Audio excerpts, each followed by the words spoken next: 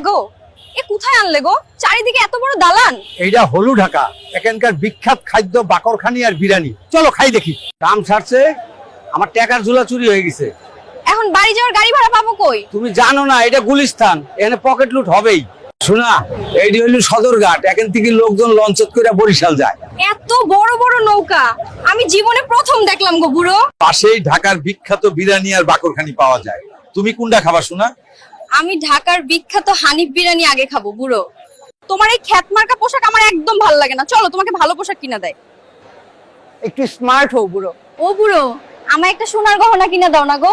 ময়না রে, গায়ে যায় গিয়ে জমিন বিক্রি করে টাকা পয়সা নিয়ে আমুনে চল, এখানে গয়নার দাম মেলা।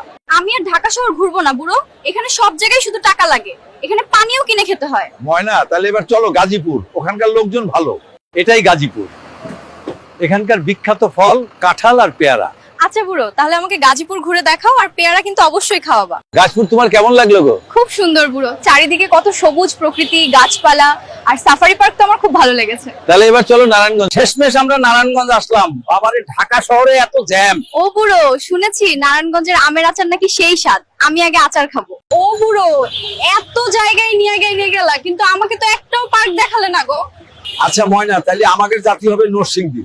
ও বুড়ো, পুরো নরসিংদী জেলা তো ঘুরে দেখালে, কিন্তু এখানকার বিখ্যাত সাগর কলা আর লটকন তো খাওয়ালে না। তুমি গায়ের বউ, তুমি কোন জায়গায় কোন জিনিস বিখ্যাত এত খোঁজ রাখো কেরাম করি গো?